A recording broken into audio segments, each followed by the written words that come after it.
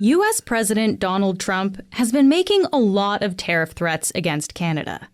And some of them are specifically about dairy.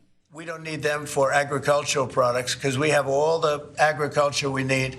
They don't take our agricultural product for the most part, our milk and dairy, etc.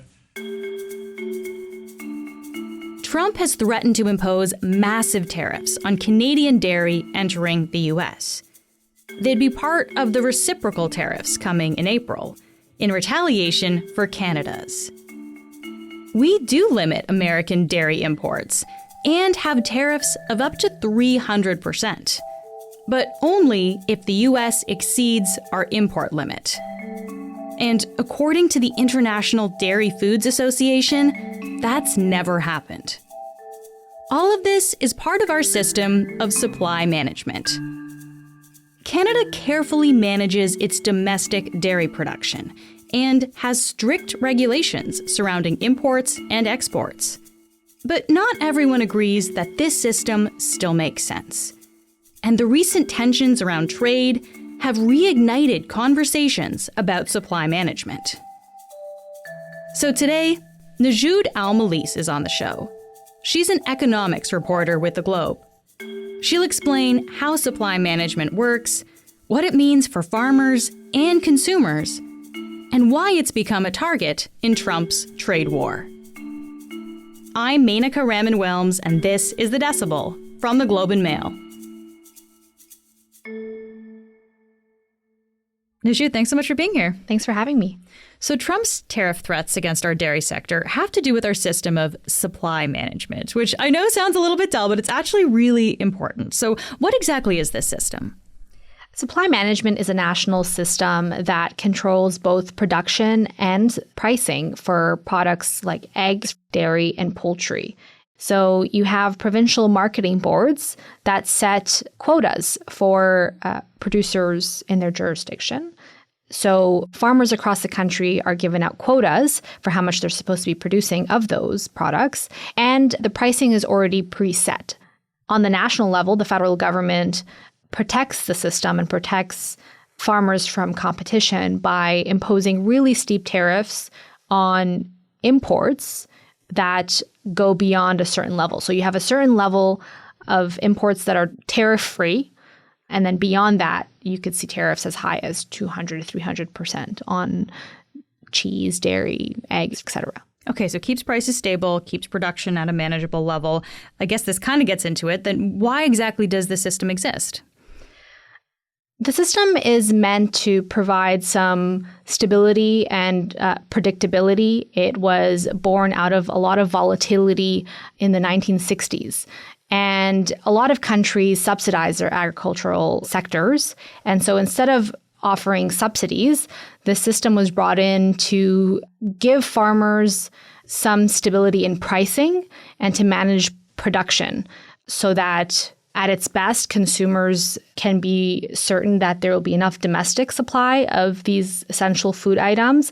At the same time, the pricing is already preset. So you mentioned it was brought in a few decades ago, kind of amidst some volatility in the market. Can you explain that a little bit? Like, why were we seeing that volatility? So agricultural industries oftentimes experience a lot of volatility. There's a lot of seasonality that affects farmers. When it comes to dairy specifically, there was concern that the American market would overtake the Canadian market because of the size and scale of the industry there. Canada couldn't compete. And so the other element of supply management is also import controls. And so Canada imposes really high tariffs beyond a certain level that it will admit for imports on things like cheese and milk and eggs. And that's meant to protect Canadian producers from competition with other countries, and namely the United States. Okay, so it sounds like there's these barriers in place then to make sure the market is not flooded by cheaper goods from like the States, for example, then. That would make Canadian farmers not competitive with them, yes. Is this kind of like, I think of this in a way, kind of like Canadian content rules on like radio and television? Like if we didn't protect certain, segments of that industry, we just wouldn't have a domestic industry because it would get overrun from content from the States. This is also born out of the fact that, yes, Canada oftentimes feels like it needs to shield itself from the United States. Okay, so let's talk about what we actually do allow into the country then when it comes to dairy, eggs, poultry. Can the U.S. still export those products into Canada? It can, but it can only export a certain amount without having to pay really steep tariffs.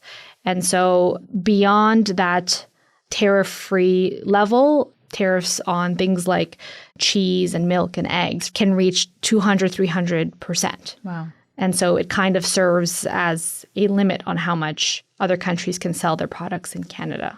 And so this is kind of where Trump is getting his argument. He's looking at these numbers of the 200, 300% of that threshold, and that's where he's basing his statements on. Exactly. What about the other way around? Can Canada export these products to other countries? It can, but it's constrained by the fact that supply management sets out quotas for farmers so that their production matches domestic demand specifically. So supply management is not geared towards the global market on these kinds of products. And so, for example, the U.S. has been dealing with avian flu breakout that's affected eggs. It was looking for other countries to buy eggs from. And Canada can't help that much because, again, we're supply managed. And so it doesn't really have excess production. And so we do export, but it's minimal. Okay, so basically we have to have enough eggs to go around within the country before we actually export to another country then. Exactly. Of course, this isn't the first time that Trump is talking about Canadian dairy. This was a point of negotiation during his last term when they were renegotiating the NAFTA agreement, what is now called CUSMA or USMCA. What exactly happened there, Nojoud? Yeah, so Donald Trump has been complaining for a long time that Canada isn't fair or treats American dairy farmers very unfairly. During his first term, Canada had to make concessions on supply management when they renegotiated CUSMA and increased how much Americans can export in dairy products to Canada without having to face those steep tariffs. And the federal government did it, but then essentially told dairy farmers, we're never going to do this again. Here's compensation. And there was this whole push to make sure that we don't give concessions again on supply management in the future during trade negotiations. Okay. Well, it sounds like then as a result of that, farmers were kind of upset that we made those concessions. Yes, absolutely. Yep. This is a system then that is designed essentially to make it harder for other countries like the U.S. to export into Canada. So I guess I wonder, could Donald Trump have a point here? Is this supply management system unfair?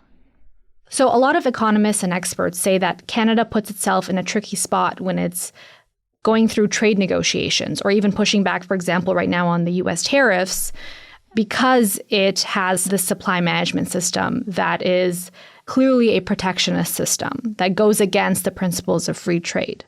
And so it's a little bit difficult on that point specifically to have a coherent argument against the U.S. attacks on this issue. And we've seen that supply management has been an issue in other trade negotiations for Canada and specifically Britain.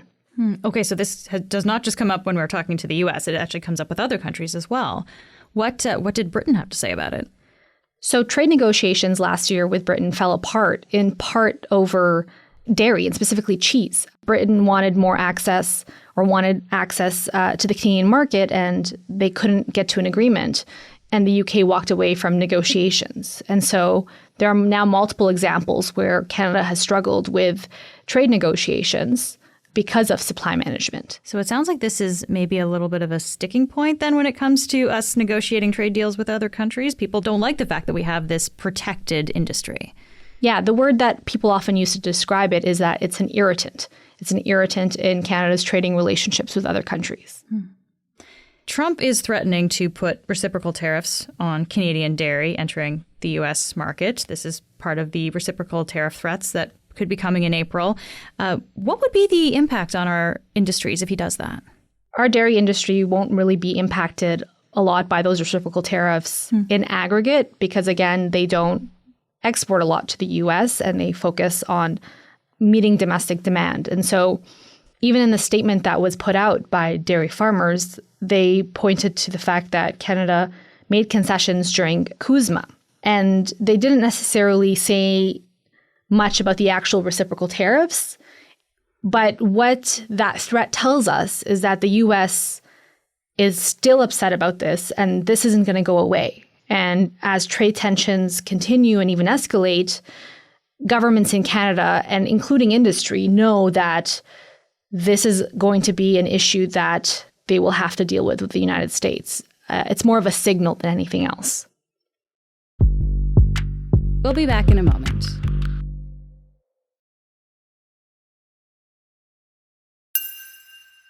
Okay, so we know that supply management was established to protect our domestic industry, but this was set up decades ago, right? Nojoud, what are the current benefits that we see from this system?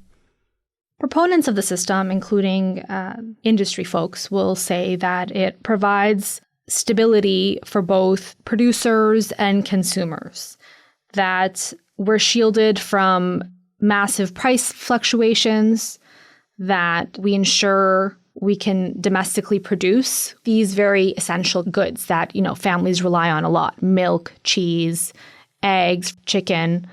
And so proponents of the system say, even if, let's say, consumers are paying a little bit more, the benefits outweigh the costs. Okay. So when you say consumers pay a little bit more, do we actually pay more for like a carton of eggs than we would otherwise? So research suggests that Canadians are paying more and would save money if we didn't have a supply management system, and that the effect is the most significant on low-income Canadians because they spend more of their money on food, and those price differences matter more for them. And so, yes, if we didn't have supply management, market prices would be lower than they are right now, according to research and experts. Okay, so the market price would be a little lower, but you seem to say that price stability, so not these massive fluctuations, is also part of this. So how does that factor in? Well, right now we see in the U.S. there's been a massive increase in egg prices because of avian flu. And when you're in a free market, prices are determined by supply and demand. And so if supply falls a lot, then prices go up.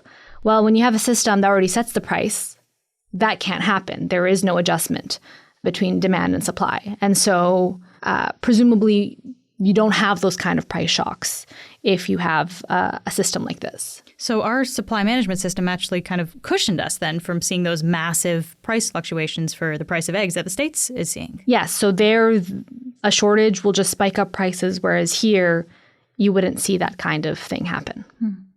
What about the perspective of the producers? So I'm thinking like farmers, people who produce eggs and dairy and poultry. How would they view this system?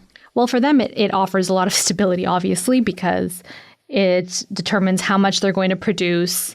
They're guaranteed a certain price.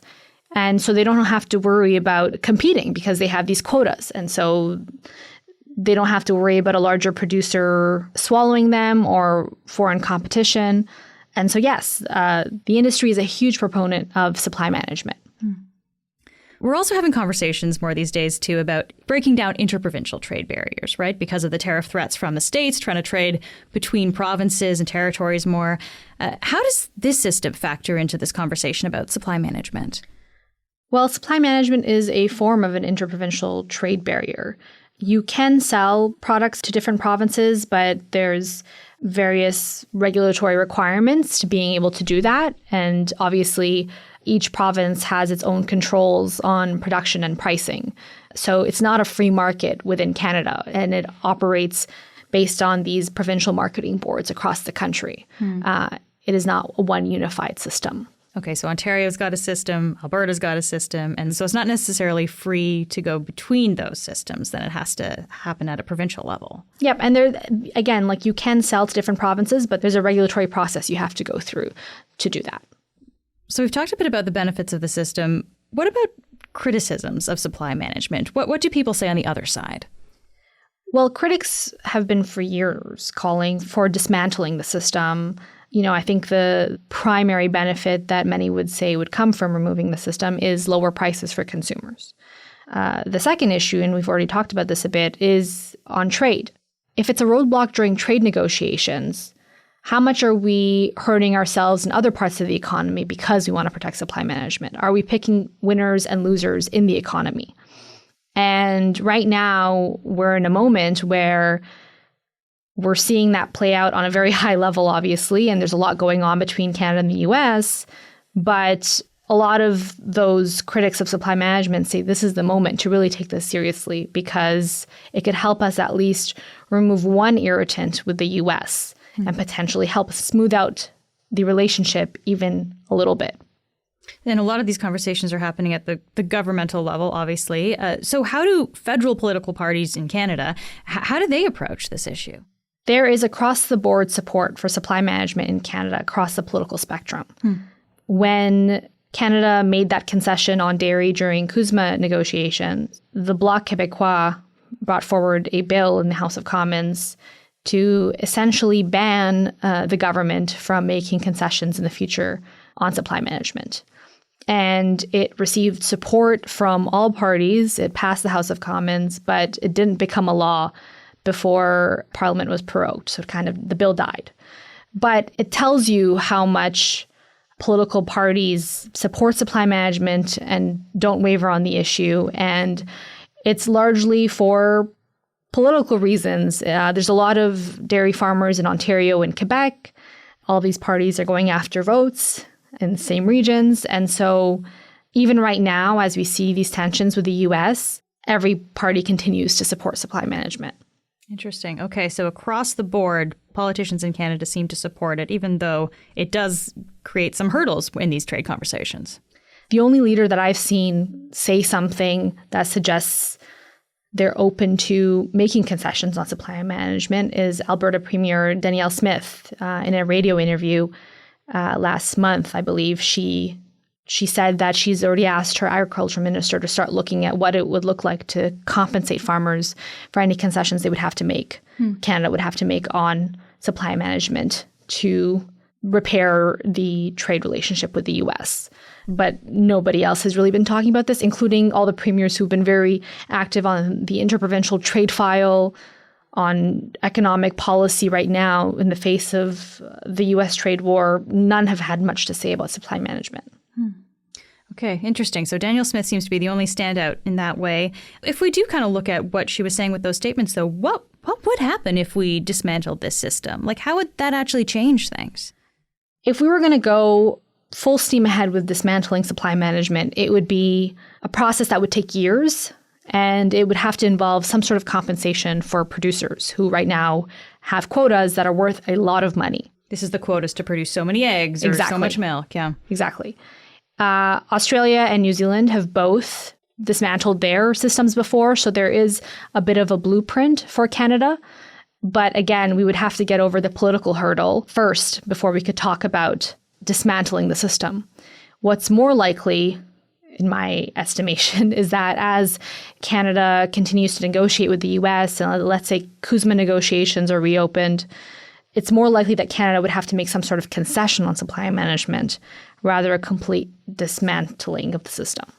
So allow a little bit more of US imports into the country or something like exactly. that. You mentioned that New Zealand and Australia had this system or a similar system in place and did dismantle it. Do we have any information on I guess, why or how they did that? Yeah. So in Australia, the way that they did it is that they did this in 2000, and it was over an 8-year period. And they had to compensate their dairy farmers. The way they did it is that they essentially created this levy that consumers would pay when they're purchasing these products. And that money was collected and given to farmers. But the levy was lower than what consumers were paying previously under the supply management system. So consumers were already seeing prices fall, but at the same time, the government was able to take that money and give it to farmers to compensate them for the transition. Okay, so there was some government involvement there to kind of ease that burden on the producers. Exactly. Okay. So yeah, it sounds like if this kind of system is not in place, there is some kind of government intervention that has to happen in a way to compensate people. At least for a period of time, because it would be a difficult transition. I think even those who are proponents of dismantling supply management will admit that it would be a difficult adjustment for producers who have operated this way for very long. Just lastly here, Nojoud, with this current moment that we're in, these threats from Trump, the need to expand our trading partnerships. I guess I wonder, from the experts you've talked to, is there a sense that we need to consider maybe dismantling this supply management system? I think the challenge is that Canadians are generally supportive of supply management. And then you have very active lobby groups from industries that are supply managed, that are very politically motivated and run aggressive campaigns.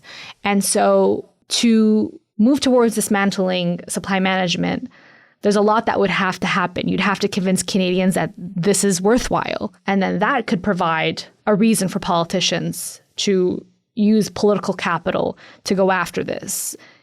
It also all depends on how bad things get with the US and whether Canada could get a lot in return for conceding on supply management. So there's obviously more discussion right now about this, but so far I don't see any indication that we're going to see this system go away anytime soon.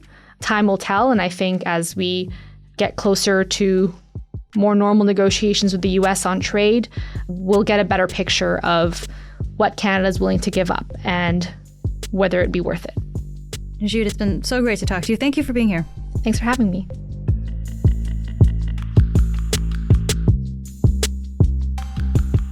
That's it for today.